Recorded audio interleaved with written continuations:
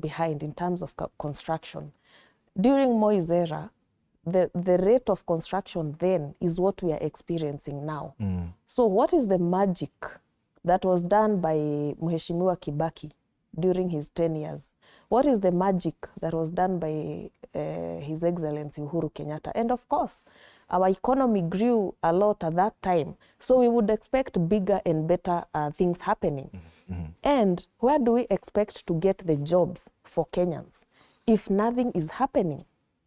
In fact, I remember about 3-4 years ago, we could hear that Kenya is a construction site because you move 100 meters, something is happening here. You move 500 meters, something else is coming up. But now that is not something we see anymore. We only see stalled projects. I don't know which contractor abandoned the site and all that. These are the areas where most of our youths, some of them could be having the jobs, but now they are jobless because there is no construction happening. Maringa, on issue of construction, as Wambui puts it, as an economist, you will realize that what happens when we go to construction, when private money goes into construction, you will find that someone who has access to 100 million shillings will build a flat and employ 3 people, a watchman, a day watchman, a night watchman, and maybe a caretaker, and probably someone to watch the stairs. If we were in production, that same money would employ a lot more people than going into construction. And by the way, we must decide which side we want to be on. Mara, they are telling us, hakuna mtu hana nyumba, kila mtu akona nyumba yake, muache kujenga manyumba. But it's because they fail to see the bigger picture. That government wants to take over housing so that private money, because private money is what actually employs our people, so that you take that private money, you encourage private money to go into other modes of investment that will create more jobs than housing. Housing and construction of houses, it's a good thing. It's an indicator that there's probably money, but it does not create proper employment. Let's bring in Justina. You've been simmering and listening to your co-panelists. How do you make about all this? I'm happy because they have agreed with me. The problem is economic. And remember, I'm a champion of economic democracy.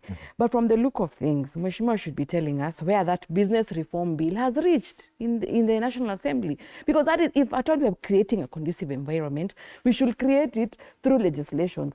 Again, creating a conducive environment for business to work is even making regulations flexible.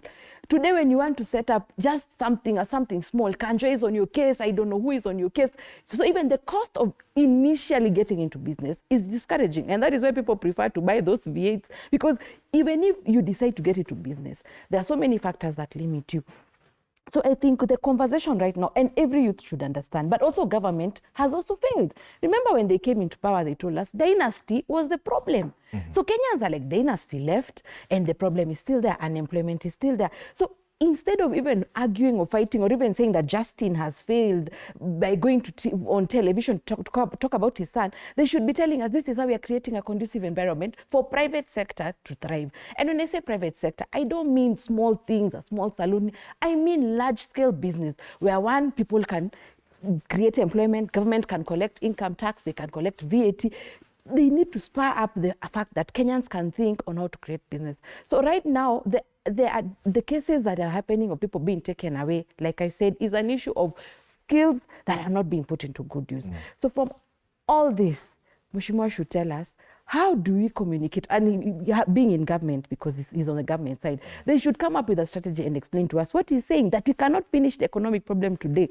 But they need to also rectify that they said it was the dynasty's fault. And again, maybe the dynasties left, the ones who are owners of capital. So those are the disconnects that you're having in the economy. So even when we talk about, people employed then, people graduate now, over time, we have a larger population of people who have gone through school, people who are frustrated, people who feel, I am better, I can offer my skills.